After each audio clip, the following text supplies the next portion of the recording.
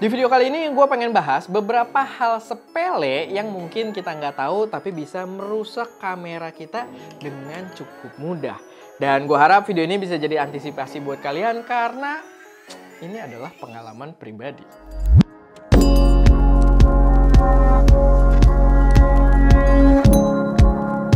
Halo semuanya, selamat datang di channel SMID dengan gue Erwin. Dan pada video kali ini gue pengen jelasin beberapa hal sepele yang mungkin bisa merusak kamera kalian yang memang kita sendiri, gue dan tim ST Media itu pernah alami. Dan mungkin informasi ini bisa jadi langkah antisipasi juga buat teman-teman kalian biar kamera kalian bisa lebih awet gitu ya.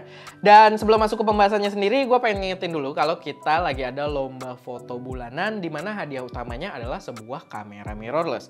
Lombanya sendiri powered by preset creator kita yang merupakan preset Lightroom paling canggih di Indonesia saat ini karena udah powered by AI yang bisa auto select subject dan mengatur warna berdasarkan selection tersebut.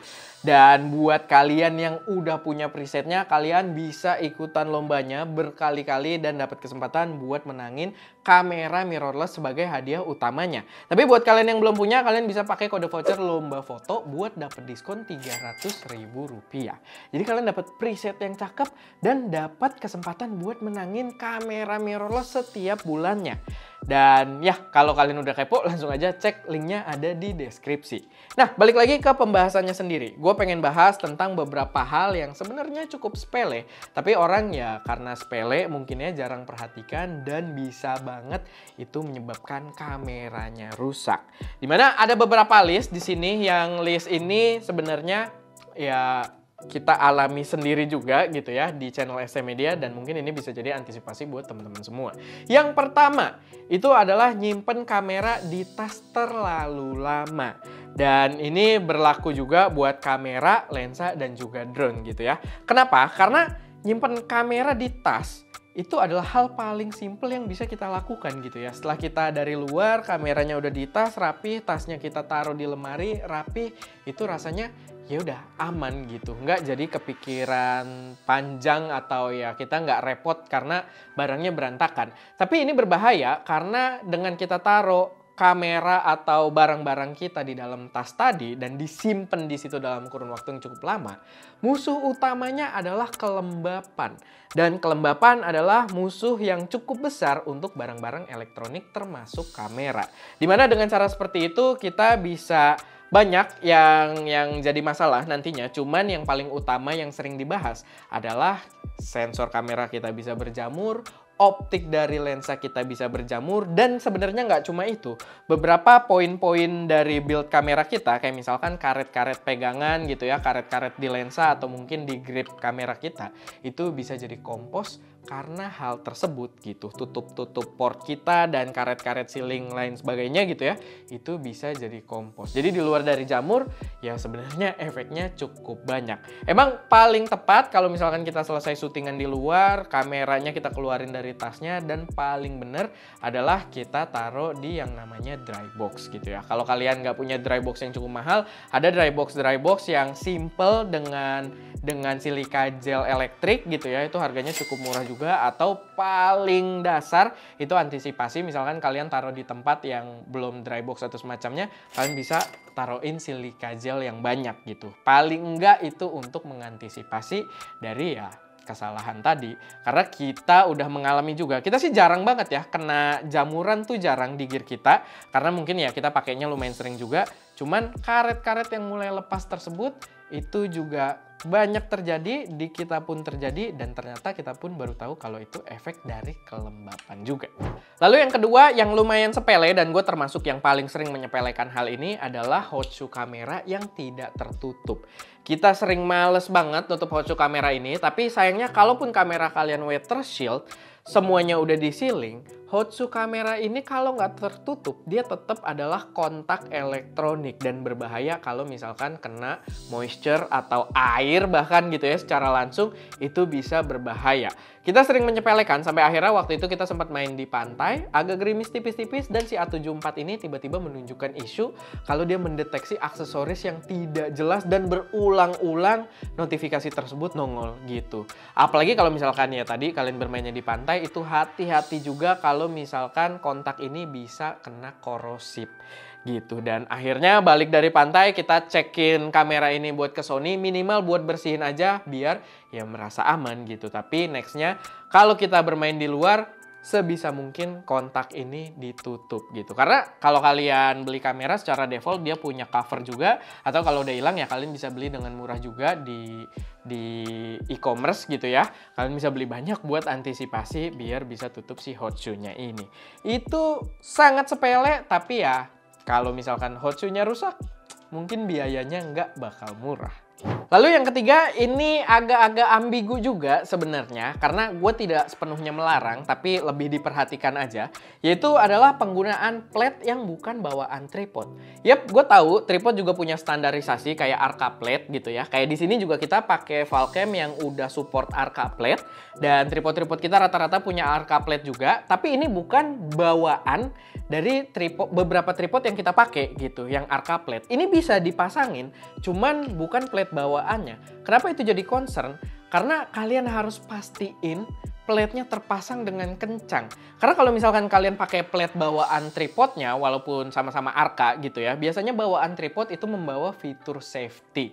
Dimana kalau kalian agak ngelos dikit, kameranya bisa geser, tapi dia ada safety point dimana kameranya bakal mentok, nggak sampai jatuh, cuman peletek gitu. Jadi mau maju mau mundur dia bakal ketahan. Atau kalau kalian masangnya nyamping ya mau ke samping kiri, ke samping kanan dia bakal ketahan. Sedangkan kalau kalian pakai plate yang bukan bawaan tripodnya, biasanya fitur safety tersebut tidak ketemu dan tidak berfungsi.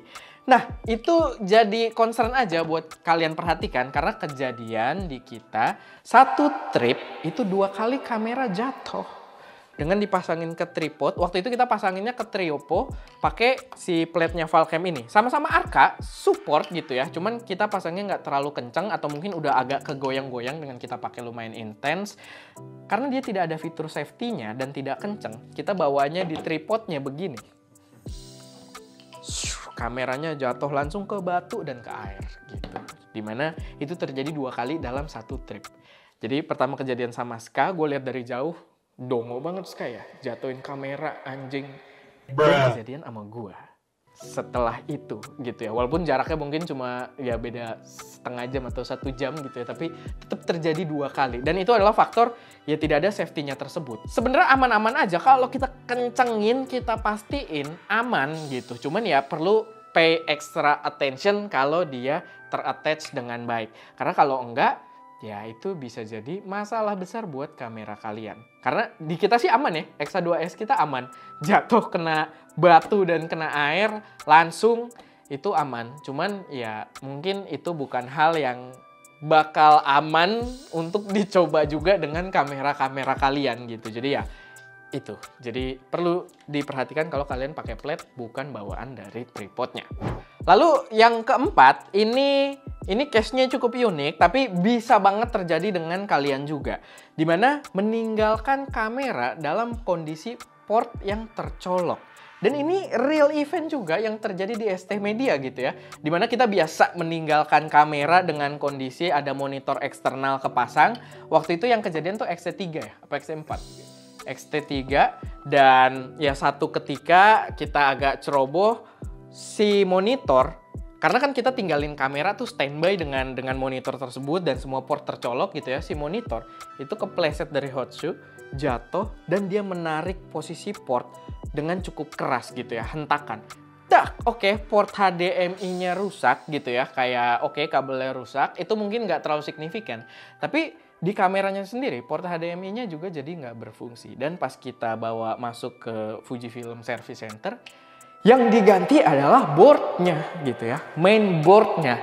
Karena dia nggak bisa dipasang lagi dengan ya mungkin di solder atau semacamnya, kita harus ganti boardnya waktu itu si XT3. Jadi ya itu salah satu yang mungkin case yang jarang terjadi, jarang dibahas sama orang, tapi ya kejadian di kita. Dan mungkin kalau kalian konten creator yang banyak pakai monitor eksternal atau semacamnya gitu ya, aksesoris di kamera kalian, mungkin itu adalah salah satu hal yang patut juga untuk diperhatikan.